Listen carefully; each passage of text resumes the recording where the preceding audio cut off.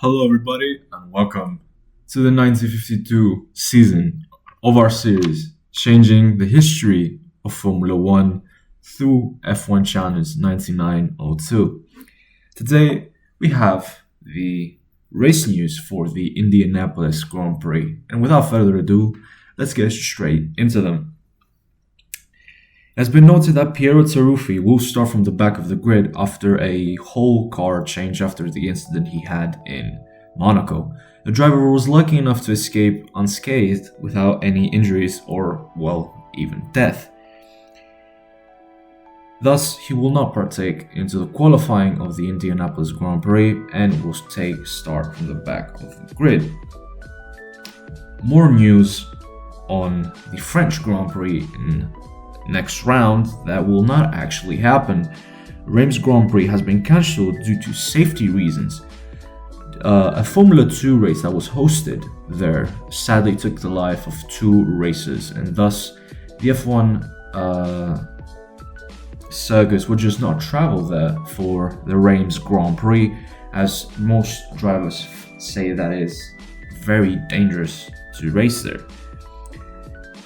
But if something's changed into the circuit, maybe we will see them in the 1953 season. We also have some driver roster info for 1953. Mike Hawthorne is set to make his debut for the Scuderia outfit. This is a one for the future.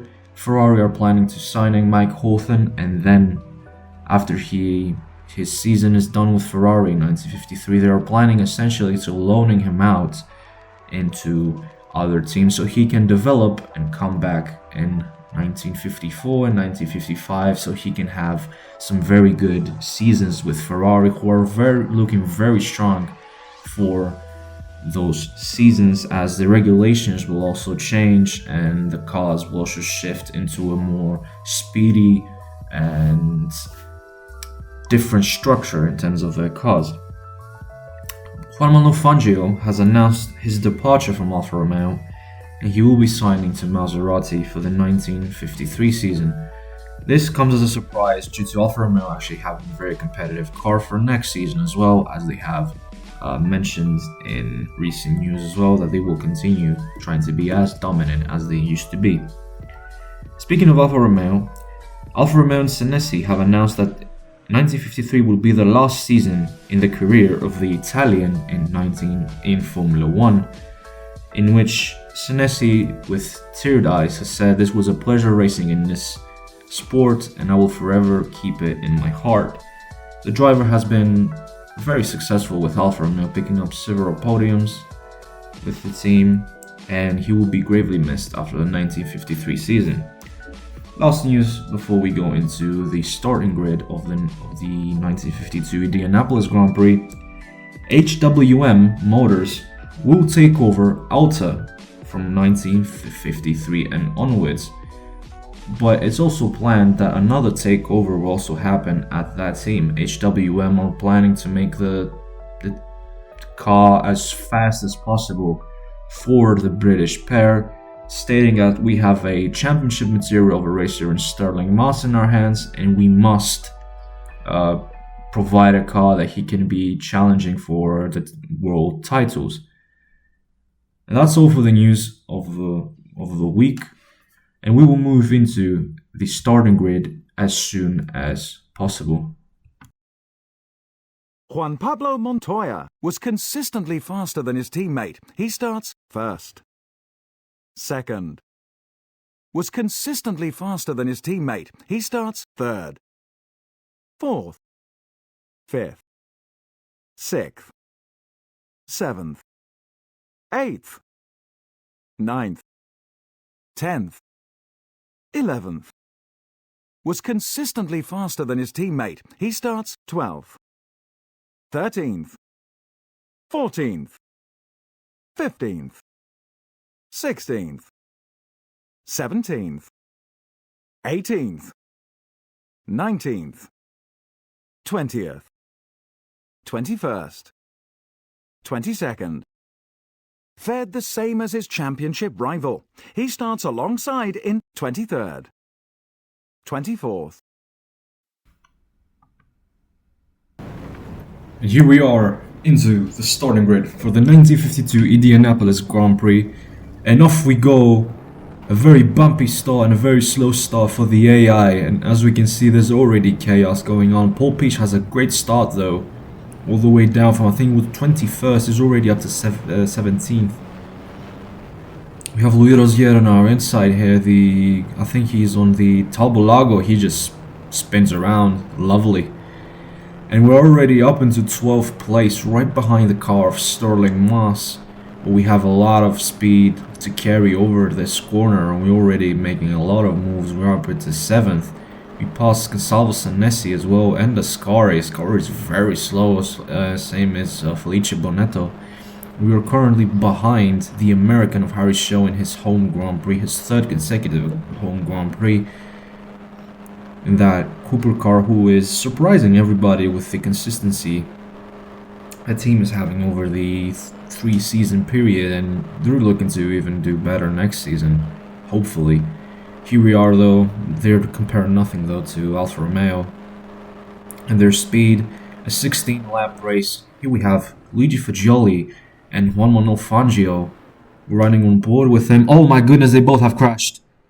They both have crashed. Terrible crash there. And we go first from that.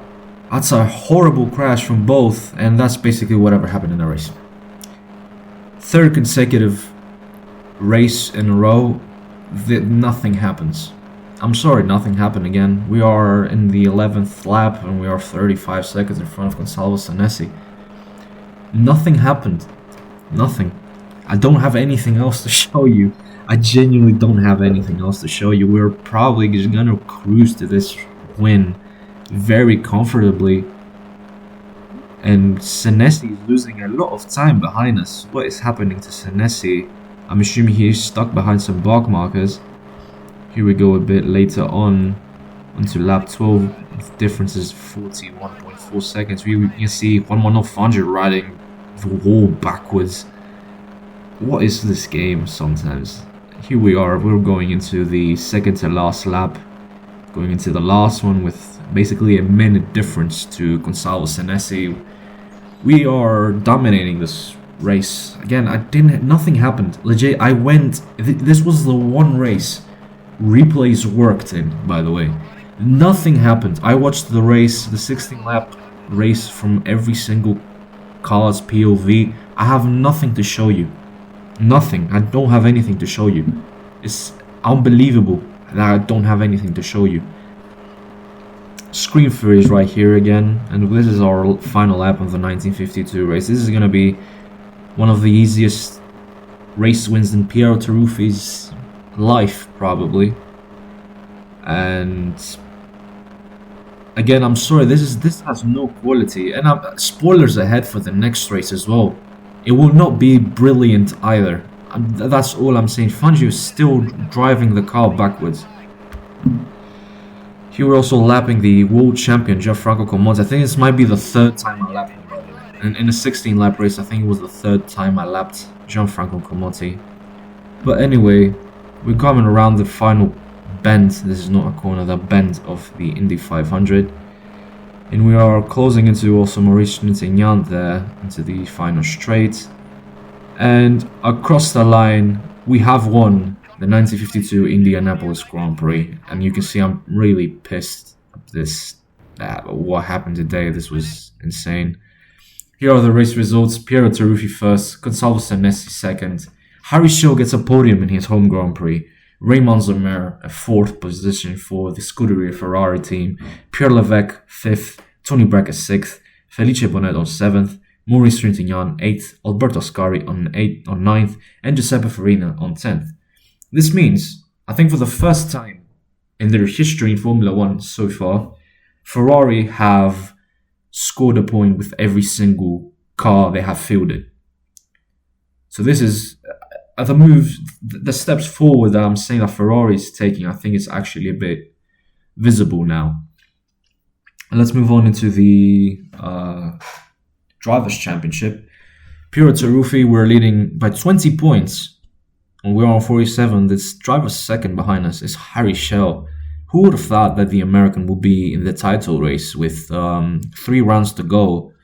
We have Switzerland, Belgium, and Italy left. Then we have Sterling Moss and Salvo Sanesi on 26 as well. He is flying too.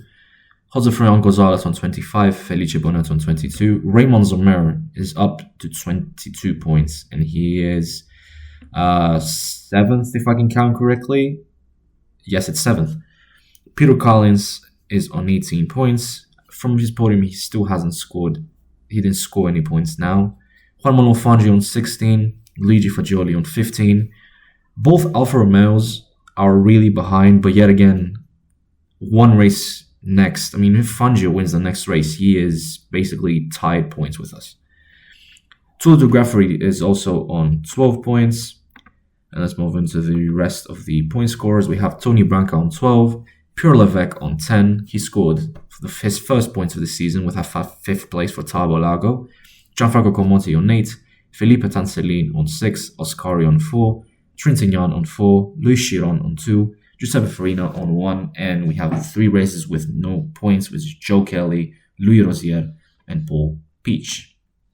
On to the constructors now. Alfa Romeo are 64 points in front of Scuderia Milano, 104 points.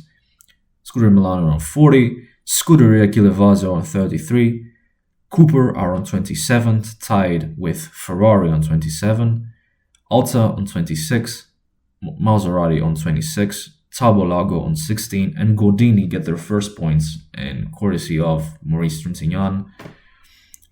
I have to say the midfield quote-unquote battle, or at least whatever behind Alfa Romeo, is really exciting. I mean, 14 points from third to last to second in the Constructors' Championship. I mean, we have 9 teams, and hopefully we will have a lot of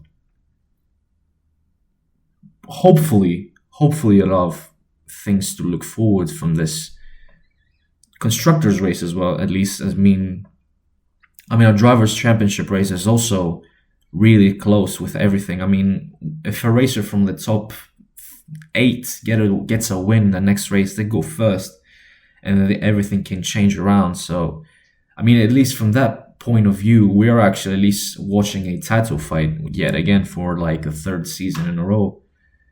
Apart from last season, I think last season we just wiped the floor with everybody, honestly. Like, Gianfranco Comonti was on smoke. Anyway, thank you so much for watching, guys, and I will see you into the next race, which will be the Swiss Grand Prix. Thank you for watching, and I will see you next time.